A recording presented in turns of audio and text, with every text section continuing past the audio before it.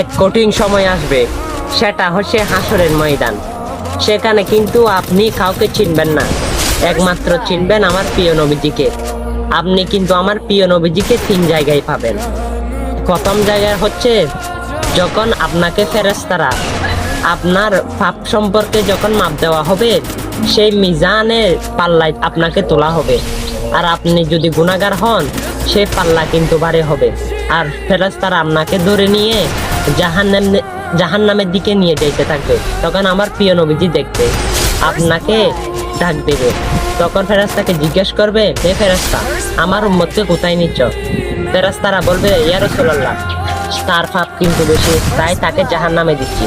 তখন আমার প্রিয় নবীজি আপনাকে আবার নিয়ে আসলো, এসে মিজানের পাল্লায় তুললো। আমার প্রিয় নবীজির আঙ্গুলটা আপনার পাল্লার মধ্যে দিল, আপনার নেকির পাল্লা ভারী হয়ে গেল। হ্যাঁ,